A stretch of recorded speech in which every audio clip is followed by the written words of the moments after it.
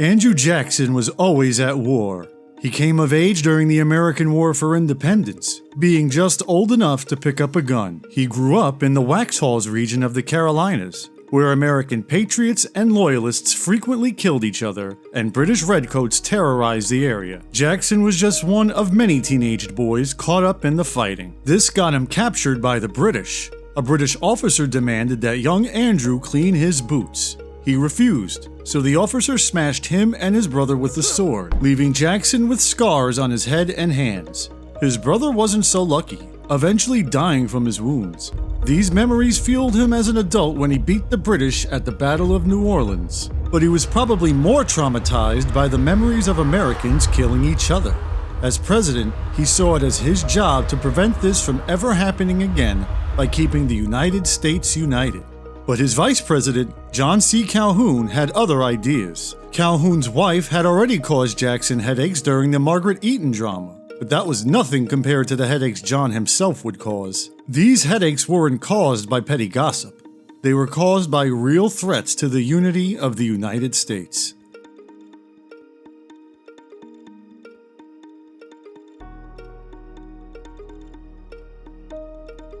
Calhoun was one of Washington, D.C.'s heavy hitters. He had already been a congressman, a secretary of war, and a vice president before Jackson even came to town. He was an even heavier hitter in his home state of South Carolina. John Quincy Adams and Andrew Jackson both made him VP in hopes of getting South Carolina on their side. South Carolina politics revolved around one issue: slavery. It was the basis of the state's economy. Enslaved people made up large majorities of the population in some areas. As the United States grew, so did South Carolina's reliance on slavery, and so did their fear of slave rebellion. It was their worst nightmare. Whites kept enslaved people under constant surveillance, tightly regulated their movements, and invented cruel punishments, adding inhumanity to an already inhumane system. It wasn't a good look in a country that had just fought a revolution in the name of freedom. In the years after the Revolution, it looked like slavery was on the way out. Slavery was banned in the Northwest Territory. Northern states implemented gradual emancipation.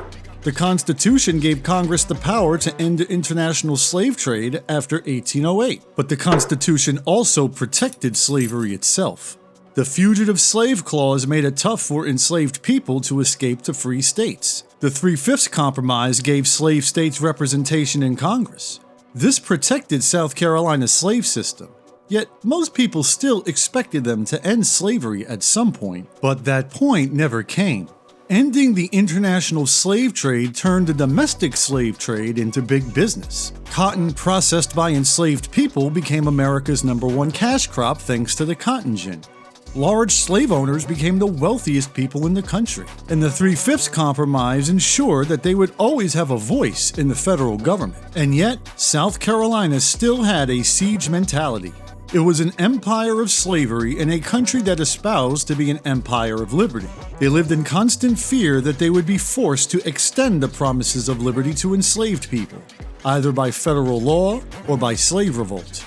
In 1822, a free black man from Charleston, South Carolina named Denmark Vesey led a slave revolt. It was swiftly crushed, but still caused panic in the white community. Slave owners had always viewed free black people like Vesey with suspicion. Their very presence set a dangerous example for enslaved people. Charleston itself was a big city, with a happening seaport where ships from around the world came to do business. Some of these ships had black sailors, free men from the North or from Europe. White South Carolinians feared that these sailors had somehow helped Vesey organize the rebellion. To prevent future slave rebellions, the state passed a law that required black sailors to sit in jail while their ships were in town. This was a blatant violation of the Bill of Rights. The federal government could have always put a stop to this, but they never did. This taught South Carolina a valuable lesson. They could do whatever they wanted. The federal government wasn't going to stop them.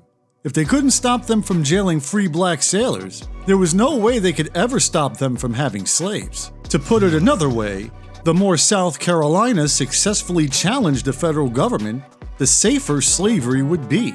In the words of one South Carolina politician, a people owning slaves are mad who do not hold their destinies in their own hands. John C. Calhoun would help South Carolina control its destiny by challenging the federal government over a new issue: the tariff. Tariffs are taxes on imported goods. The higher the tariff, the more expensive foreign goods become. The more expensive foreign goods become, the cheaper American goods are by comparison. Everyone would then buy goods made in America, which would support American business and the people who work for them. Northerners supported high tariffs because that's where the factories were.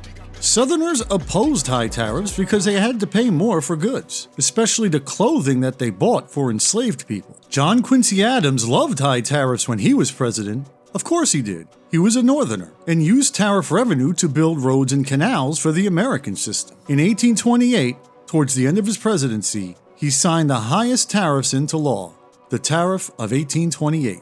As Adams's vice president, Calhoun helped write the tariff along with Martin Van Buren, who was a senator at the time. It was supposed to be a troll job.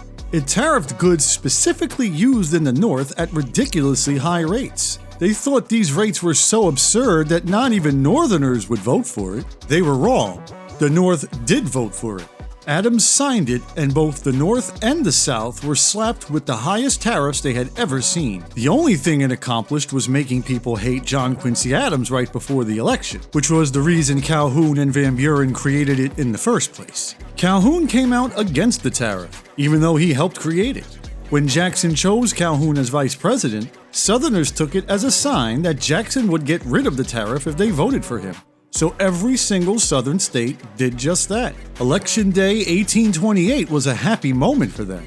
With Jackson elected, the tariff seemed to be on its way out.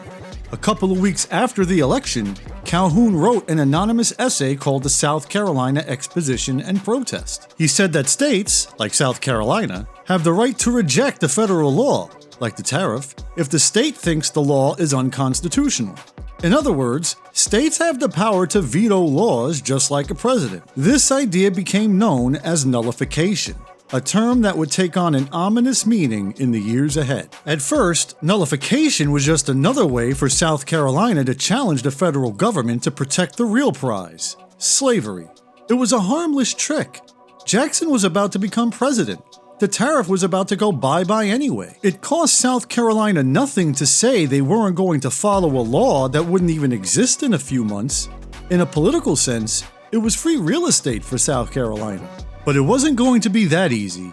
In his first annual message to Congress in December 1829, Jackson mentioned reforming the tariff, not getting rid of it. Vice President Calhoun was starting to get nervous. His home state of South Carolina was like, "You said states have the right to nullify, my guy. What do you have to say about it now?" Things were getting weird.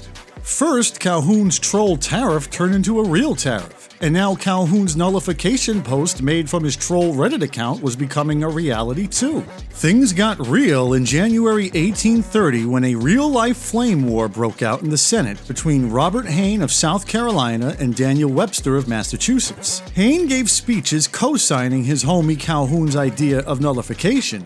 He was like, actually, Sweaty, this country is called the United States. States literally created the country, and so states like South Carolina don't have to follow laws that are unfair to them. Webster responded by saying, fact check, baby doll. Actually, the people created the country. The Constitution literally starts with saying, we the people. Only the people can determine the laws of the land. Congress is the voice of the people. The tariff was passed by Congress. Therefore, sigh bow and pay the tariff. Bada bop boom pow. Actually, he was a little more eloquent than that, giving a riveting speech that ended with the words, liberty and union, now and forever, one and inseparable. It actually was used for decades in American schools as an example of a great speech. But I think my version is okay too. Webster's speech got way more likes than Hayne's. Even Hayne had to admit that Webster cooked him. But everyone knew Hayne was really speaking for Vice President Calhoun. President Jackson kept his mouth shut. That is, until the Jefferson Day dinner in April of 1830. It was supposed to be a celebration of Thomas Jefferson's birthday. All of Washington's heavy hitters would be at the Indian Queen Hotel in their finest fits getting turned up. This included President Jackson and Vice President Calhoun. Jackson stood up to make a toast and said, "Our Union. It must be preserved." which was a sub to Calhoun. He was saying that he wasn't going to allow South Carolina to nullify the tariff. As president, his job was to enforce the law, and that's exactly what he intended to do. South Carolina had different ideas. They elected pro-nullification leaders to their state government. Jackson called them nullifiers. Some of them started to publicly say that if South Carolina was going to nullify the tariff, they better stand 10 toes down and be ready to catch the fade with Jackson. They better be ready for secession, which means to declare independence from the United States. Nullifiers and their opponents started fighting each other in the streets of South Carolina. Jackson was reminded of his childhood trauma, where Americans killed each other during the War for Independence. He wasn't going to let that happen under his presidency. Congress lowered the tariff rates to calm things down, but that wasn't enough for South Carolina. Calhoun was forced to side with his state. He needed to if he wanted to keep his aura points. Here was the vice president in open conflict with the president. It was around this time that Calhoun rejected Van Buren's nomination as ambassador to Great Britain. Jackson responded by making Van Buren his vice presidential candidate in the election of 1832, where he was re-elected by a wide margin. Calhoun was totally out. A week later, South Carolina voted to nullify the tariff and called on their militia to be ready. If Jackson tried to enforce the tariff, South Carolina would secede, and civil war would be the result. In public, Jackson said he was willing to negotiate. In private, he was getting the military to move against South Carolina. He wasn't going to start a war, but he wouldn't tolerate nullification either. Calhoun resigned as vice president to become a senator, and then tried to get other states to nullify the tariff too. Things were starting to look dark. But Henry Clay was at work in Congress writing up a new, lower tariff. He was also working on another law, a force bill that would allow the president to send troops into South Carolina. Both the tariff and the force bill passed, and South Carolina announced that they would obey the new, lower tariff. A crisis was averted, but South Carolina nullified the force bill just to troll Jackson. Why did South Carolina back down? Well, Calhoun couldn't get any other states to join the nullification movement. If civil war came, South Carolina would be on its own against the federal government. And this was a federal government headed by Andrew Jackson, a man who would have no problem sending in the military. But Jackson would prefer to avoid this. He encouraged Clay to make a new tariff because it would allow Calhoun to back down without looking like a total coward. He encouraged a force bill because it would allow him and Congress to show that they were ready for action. Both sides could avoid disaster while claiming victory. South Carolina expected better from Jackson. After all, he was born there, and he was a slave owner. But he was also the president who took an oath to uphold the Constitution. More than that, he believed in a United States. He'd be damned if a civil war started on his watch. He wasn't going to relive the nightmare of Americans killing each other like he saw in his youth. He knew just as well as anyone that the Nullification Crisis was really about slavery. Jackson said so himself on May 1st, 1833. The tariff was only the pretext, and disunion and Southern Confederacy the real object. The next pretext would be the Negro, or slavery question. He was proven right 27 years later in 1860 when slavery led South Carolina to secede and start a civil war. Jackson and Calhoun would be dead by then, leaving it to a new president from the next generation, Abraham Lincoln, to find his own solutions.